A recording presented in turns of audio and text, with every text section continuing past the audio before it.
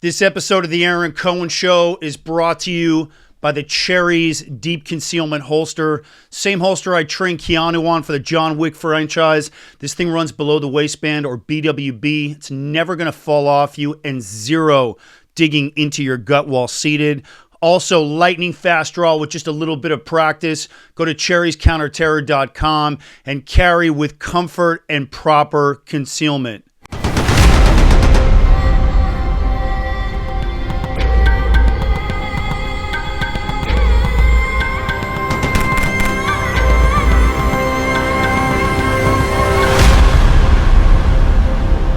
I've got breaking news. Earlier today, Israeli forces eliminated a terrorist cell belonging to the Palestinian Islamic Jihad in Kabatia, just south of Jenin.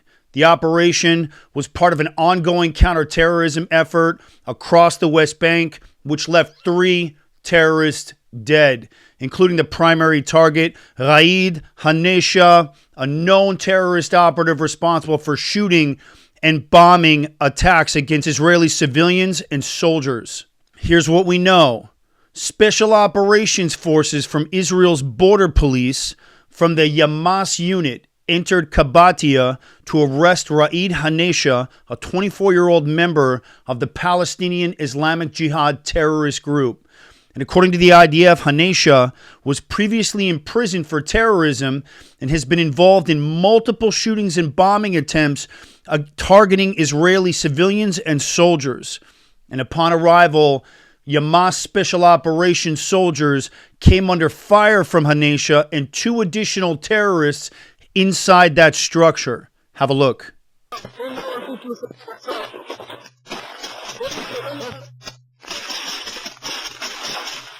At this point, Special Operations soldiers from Yamas's counterterrorism unit initiate what's called the pressure cooker tactic, or the sir lachatz in Hebrew. And this is a CQB methodology that involves escalating firepower from strategic directions to force the suspects into a specific place. The tactic proved effective. All 3 terrorists neutralized, and the Islamic Jihad are later confirmed that they were in fact affiliated with the terrorist group. In addition to the terrorists, Israeli forces found 3 assault rifles, military gear on their bodies. They also ended up destroying 2 bomb-making labs, removed several explosive devices that were planted under roads, and confiscated additional weapons. It was a full spectrum counterterrorism operation, not just designed to eliminate the actual threats, but to dismantle the infrastructure supporting future terror attacks. This operation, I can tell you, is part of a larger counterterrorism effort that has intensified since the October 7th Hamas terror attack on Israel. And since that date, Israeli Special Operations forces have arrested over 5,000 terrorists in the West Bank, including more than 2,050 affiliated with Hamas specifically. The IDF has carried out over 70 airstrikes in the region, targeting terror cells, bomb-making facilities, and operational infrastructure.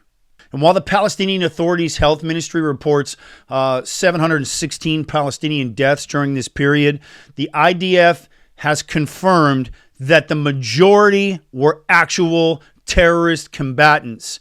Terrorists who were killed in exchanges of fire or attacks against Israeli forces. Remember, they operate purely in civilian clothing. This is the reality that Israel is dealing with and fighting against. This is the unrelenting wave of terror that requires extreme tactical precision from units like Yamas or the Mistaravim. So this operation wasn't just about taking down a terrorist cell. This was a coordinated, highly selective mission that required precision, skill, and a ton of bravery to be able to gun it out with these guys, knowing that they're going to get into an engagement on this particular operation, because that's what terrorists do. They fire back. And to break down this further, I'm joined by Dean Elsdunne, Israel's international police spokesman and a former Yamas Special Operations Commando. Dean and I both served in Mistaravim units. I was with the IDF. He served in the Israeli Border Patrol's version, and his insights are invaluable as he's there on the ground right now. I'm with Master Sergeant Dean Elsdunne. He's the international spokesman for the Israel National Police. Talked to him about the recent operation, the three terrorists that Israel's Yechidat Mistaravim, the Yamas. Master Sergeant Elsdunne is a former member of the Yamas, and I'm excited to have him here. This operation in Janine wasn't just another raid. This was a targeted mission that took out a key Palestinian Islamic Jihad terrorist, along with two other armed terrorists. From your perspective, and I'm assuming it's pretty high, how significant was this operation? Aaron, you said it yourself. It was highly significant and it was very precise. It was a targeted mission against an imminent threat to Israel's national security, and that threat has a name. Raid Hanashia, a member of the PIJ that they claimed, and two other gunmen terrorists that the PIJ claimed. Saw, on some of the Western media outlets calling, their headlines say Israel police killed three Palestinians. That's not the case here. The PIJ, the Palestinian Islamic Jihad, claimed them as their own terrorists. We didn't have to do any of the work. They said it themselves that they're terrorists. Now, this mission really highlights and demonstrates the ability to act decisively against specific threats to our security, but it also sends a clear message that we're not going to tolerate anybody who seeks to harm our civilians, our citizens. It showcases the cooperation between our units in the Israel police, Yamas, Yamam, but also together with units like your former unit, Duvdevan, in the IDF, or other intelligence units that are like in the Shabak. And it's just part of our ongoing efforts that we're doing to combat terrorism. And let's be real, we're combating this terrorism in our backyard today, so that tomorrow it's not in your front yard over in the United States or across Europe. Really well said, Sergeant.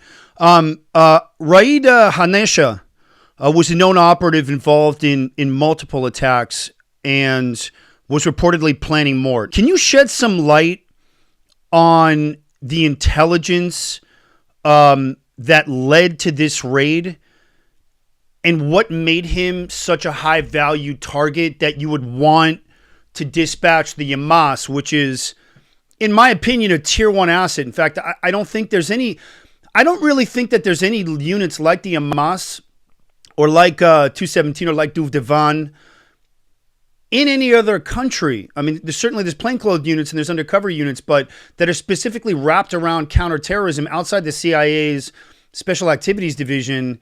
But again, units that speak Arabic, that move like Arab, that Arabistim is what we call them.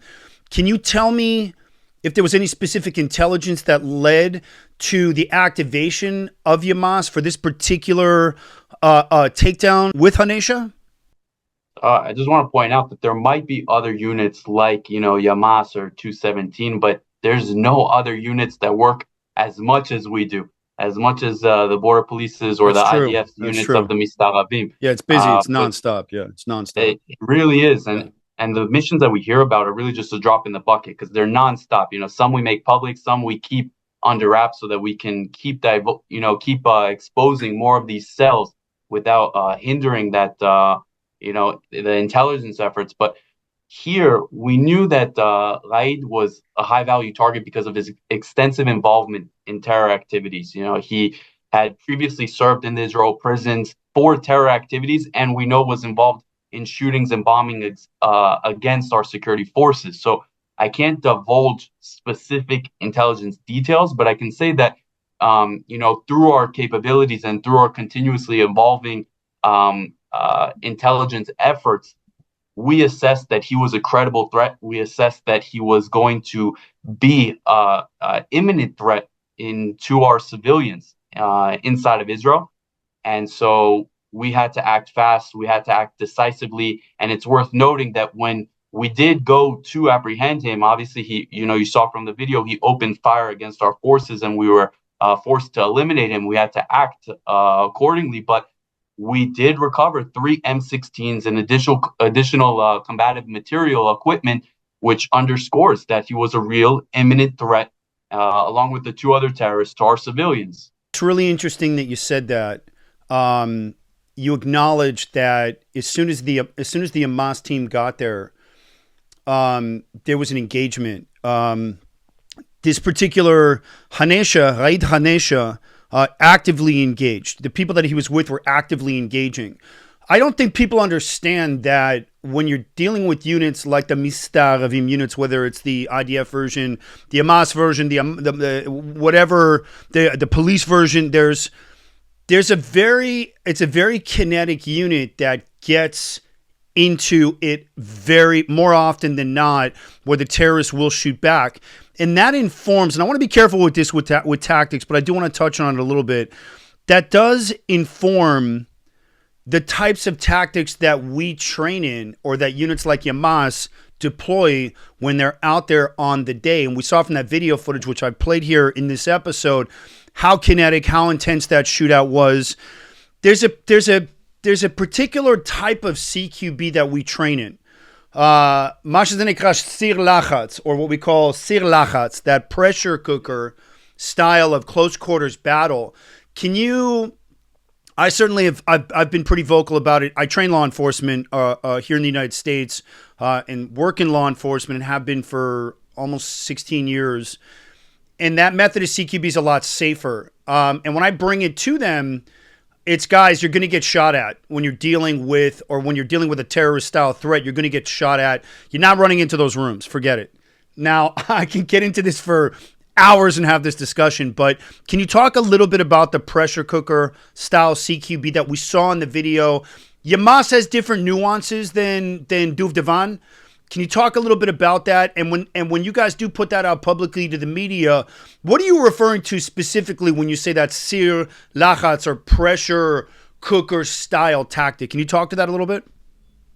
There's a lot of different methods that we use. If we're going to talk about the pressure cooker one, the pressure cooker protocol or tactical strategy, whatever you want to describe it as, it's basically designed for urban combat scenarios where it's a last resort. We don't want to get to the point where it's a pressure, that we have to utilize the pressure cooker, because that means, the guy knows you're there. He's firing at the outside. You can't make your way inside, but we have to find a way to initiate a pressure on him inside so that we can both, increase effectiveness to end the act, whether it's apprehending him or whether it's eliminating him, exposing his position, and to minimize collateral damage in the complex urban environment. You have to act precisely. A lot of times our operations, like if it's in Janine or other areas like this, we're talking about very dense environments where everybody lives right on top of each other. You think of it as like a city in New York. You have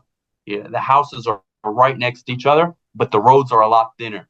And so we have to find a way to, particularly really apply a controlled method to escalate the pressure, to force him to surrender. I know you guys have a saying in the States, it's slow is smooth, smooth is fast. I always tell them, I say fast is fast. Just be faster. Listen, at the end of the day, we want fast. We want to end it as fast as possible. We don't want anybody to get hurt.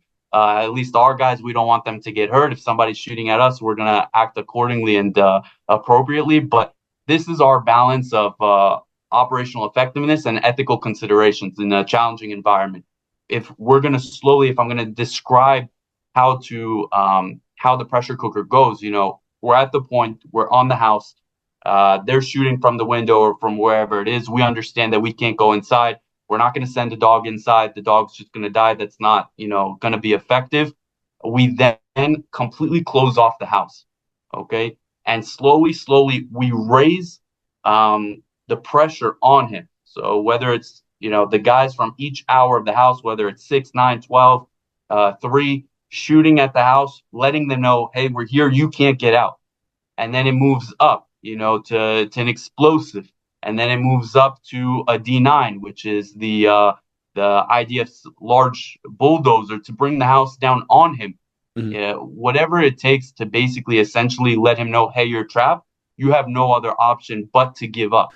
Sergeant Elsdunne, is the goal with the pressure cooker, I just think it's important for educating people who really just have zero concept about this.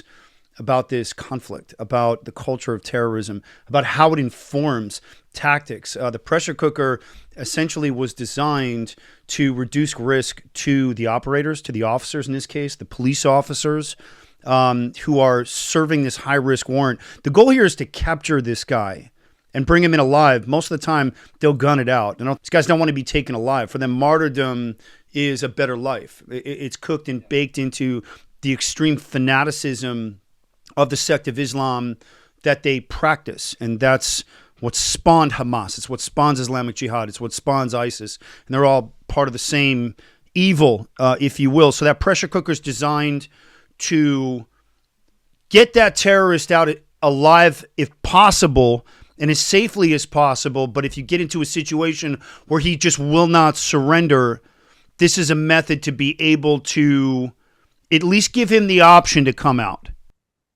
It's fair, and that's what I meant when I'm telling you it's a balance between operational effectiveness and ethical considerations. At the end of the day, if we wanted to, we can just start with bringing the house down.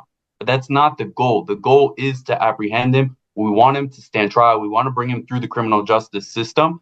But you have to remember who we're dealing with. This is not a guy who is running drugs. This is not a guy, who's a low-level criminal. These are terrorists. This is somebody who in the past has committed terror activities. And we know based on strong intelligence that he is in the imminent future going to commit more terror activities. So when we're arriving now to his house, knocking on his front door, it's Christmas morning for him. We brought the terror attack to him. He's ready to give his life to kill us. And so we need to do whatever's possible. One, to make sure that we can end the situation as fast as possible, not harm our officers who are, in the work of trying to apprehend him. And three, do what it takes to defend our civilians. The best defense is an offense, and if this guy is now shooting at us, that's as imminent of a threat as it gets. And we need to do whatever possible to eliminate that threat. If we can do it through apprehending him, we'll do it. But if it comes to the point where he's shooting at us, we have no other choice but to eliminate him. That's going to be the card that's played on the table. Understood. And I think it's important also for my viewers out there who watch the show to understand that in addition to what you just said, the goal here isn't to kill these guys. The goal here is to bring them in alive so that we can extract more intelligence to be able to prevent future attacks. Right. And that's people just don't understand that. Anyone go in there and kill terrorists. That's like, the Americans are great at that, but to get these guys alive is almost why this pressure cooker tactic is part of the reason why it was developed. Is safer for the officers, but it's also so that we can get more information and stop that next attack. Would you agree with that? Yeah, I told you before, like these attacks are a drop in the bucket. I can tell you about one that we had during our last holiday season. The Israel Border Police, Yamas, also Yamam, Unit 33, all units of the police, we work to apprehend. And these units, a lot of times we work solo, but we can also work together. One of the operations that we went on I think it was last month or the month before, 5 ISIS affiliated terrorists had already bought explosives, and they were planning to detonate a car under the Azrieli Center, which is in Tel Aviv. Tel Aviv's, one of our main cities here in Israel. Yep. We were able to apprehend them. We were able to apprehend them alive. And because we were able to apprehend them, we're able to extract more information, just like there was the terrorist in Yafo, which is also part of Tel Aviv. 2 terrorists got onto the light rail, a kind of above ground train that goes through the city. They opened fire. They killed, I believe it was 7 civilians. They injured about 16 civilians before they were intercepted and eliminated. We gathered more intelligence on them, found people who were part of their cell, and we uncovered another cell that was planning an attack. So that human aspect of the human intelligence side of it to gather and extract information. So important. Priceless. So important. It's priceless. It's so important. I agree with you. And thank you for touching on that that light rail incident. I believe a civilian who was having a coffee put down or started putting suppressive fire with his pistol on one of those terrorists down there. There was a civilian that engaged with his personal weapon. But I want to talk about one of the victims we saw. She was a woman with her baby that was on the light rail. A mom Yeah, yeah, with just her yeah. baby in the stroller. Luckily, a civilian grabbed the baby, ran to safety. The mom, unfortunately, was victim to that terror attack, and that's the reality here, and that's why it's so important for our officers to, not wait for the terrorists to come into the streets of Tel Aviv or Jerusalem, but they're gonna go into areas like Jenin, into Shrem, Tulkarem, areas that have really become hotbed for terrorist activity, and to engage in offense. Because at the end of the day, I said it before, the best defense is offense. We're not going to allow it to get to the point where, we already know they have the weapons. We're not going to allow them to get past the crossings and Right, to harm our civilians. right, and get on that train, and then, yeah, and I think that the Americans, not just the Americans, but yeah, that state of readiness is a result of those forward operations. It's why our units were created. So I couldn't agree with you more on that one. Um, you mentioned Janine. I want to tack on to that a little bit, saying it was a hotbed of terror activity and has been for years. Janine has been as bad as it's always been for 25 years, for as far back, and I'm a little bit older than you. Um, Always been a hotbed up there in the north, but it seemed like the threat level has escalated since October 7th. There seems like there's more kinetic terror plan. There seems like there's more operational activity going on. Every 10 minutes when I pop open Instagram, when I pop something open, I'm seeing Sirlach, I'm seeing units like Yamas, like Duvdevan, like Maglan, like it goes, like everybody's just busy like crazy. I just spoke with a lieutenant colonel in the Shayet, a reserve lieutenant colonel who I've known forever, and he just talks about how busy everything is. Can you talk about how units like Yamas are adapting to that increased operational activity within Janine and within the West Bank since October 7th? I said it before. I agree with you now. Again, Janine's really becoming a focal point for the terror activity. It has a lot to do with its proximity to the Israeli population centers. It has to do a lot with the complex urban environment that make it very attractive for the terrorists to, turn it into a hotbed. They lay down IEDs so that when IDF vehicles or Israel Border Police vehicles, try to come through these streets, it blows the vehicle up. People in the neighborhood know at nighttime we're not going out on the streets because the terrorists are out. They rig it so that security forces can't make their way in. But these are things that we're adapting and learning through our training, through real life intelligence sharing, through real time intelligence sharing, and refinement of the tactical approaches. It's something that unfortunately we have to learn out in the field with the evolving threats. But it's part of a broader regional activity, particularly the Iranian backing of groups like the Palestinian Islamic Jihad that we started off the conversation, the three terrorists. It necessitates a comprehensive and adaptable approach to this to counter the terror. Operations like this send a really strong message to groups like PIJ or the Palestinian Islamic Jihad, Hamas. What do you think the message is? There's a lot of misinformed people out there running around, and I don't think they realize how important signaling is and how that shows strength. And I've always said Bibi, and I don't want to get political again, but even Trump, Trump doesn't speak a word of Arabic. He doesn't speak a word of English. I'm sorry. As soon as he got in, all of a sudden, everybody wants a ceasefire. Hamas is putting out statements. Hezbollah is putting out statements. What do you think the message is with this type of operation, and how does it impact their ability to continue operating moving forward, these terror groups? What do you think it says? It's a really good question because it's something I think about a lot when I'm working, through media, but also out in the field. I'm seeing my guys. At the end of the day, Israel's not going to they're not going to tolerate, I should say. We need to send a strong and clear message if it's with Hamas that's, inside of Gaza, whether it's Hezbollah that's in Lebanon, or whether it's through any of these terror organizations that are here in our streets inside of Israel or Judea and Samaria. We're not going to tolerate a threat to our civilians. That's That's the type of mentality I want my country to have, to know that, when I send my kids out into the streets, a terrorist is not going to feel free to just start shooting up a light rail. It's, to me, I don't know, maybe it's just me, maybe, it's us because we come from the security world. It's just pretty obvious to us that, like, somebody wants to harm civilians, you eliminate that threat. There's nothing else to it. I want to thank Sergeant Elsdunne from the Israel National Police international spokesman for joining me. Gave me a ton of color with that interview. This mission in Jenin wasn't just about eliminating terrorists. This is about protecting Israeli lives and dismantling infrastructure that supports terror.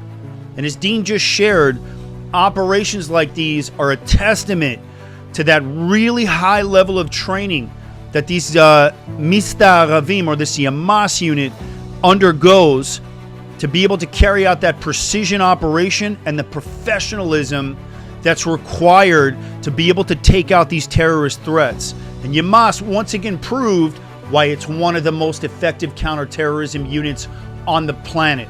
If you guys found this episode insightful, do me a favor, hit the like and subscribe and share it. Your support helps bring breaking stories like this from Israel's elite special operations out to the world. Also, do me a favor, if you're a fan of my work and you're a fan of the show, do me a favor, hit the link in the description of this video and grab yourself a mini sponsorship package. They start at about $25. Helps keep the lights on in the studio. We're independently produced here. This episode of the Aaron Cohen Show, sponsored by the Cherry's Deep Concealment Holster. Same holster I trained Keanu Reeves on for the John Wick franchise. This thing runs below the waistband. Never gonna fall off you.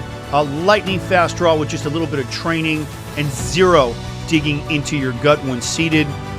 Go to cherriescounterterror.com and grab yourself one of these bad boys. There's a bit of a lead time right now, but trust me, they're worth it. This thing is an absolute beast. Go to cherriescounterterror.com. I want to thank you guys for joining me for this episode. I want to thank Dean Elsdunne, Israel's international police spokesman and former Yamas operative, for joining me and bringing his insight. It's invaluable. Again, I want to thank you guys for watching, and I will catch you on the next one.